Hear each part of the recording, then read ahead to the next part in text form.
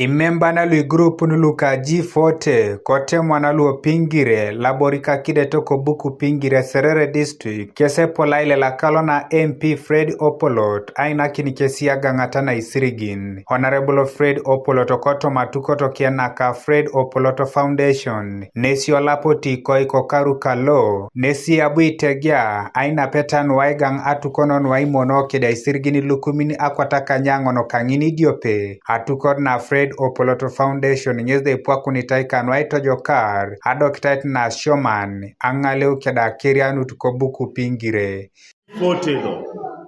apara shadu aseo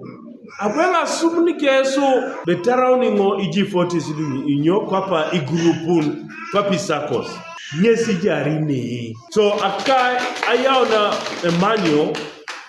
nara ngara kito ngara ko o emanyo okabe foundation okaro ale yatakena to kebolo be piriana ngesi o waila itegari grupun ko alu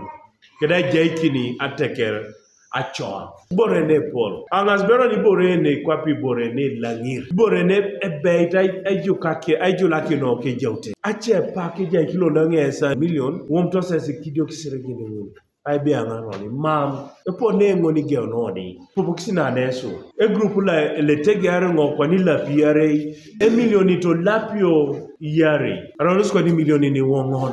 lapio bobi yare nguninyo echepa crown million ndidi kanyawni okare dope chepa million akaisare akaisauni akaisaka akoto ngai tegare kusi grupu de jasi lolone alwa G40 ngini grupu ebedi ngai jaikini e million it peteso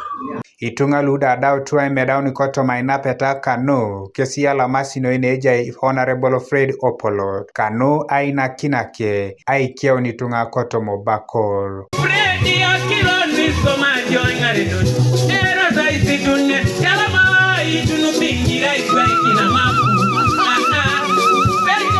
Yalama ikio kupingiri project Mama mete Yalama ngonoi nwesama ikiso MP kosi Fred Opolot eke usoda doketa etini jari so kwap ike unu soda kwana ebwa ikisi kapuna ge unu kwani grupun anu soda nyari do kwana adam anu soda itunga lo kwapa ike unu Yalama sason sine nwesama Fred Opolot somata Fred Opolot borolu ipote malo laborane dere yeni bore ene joko yeni suamai yeni todunta polo anu MP kosi Yalama so Yalama kisi MP kosi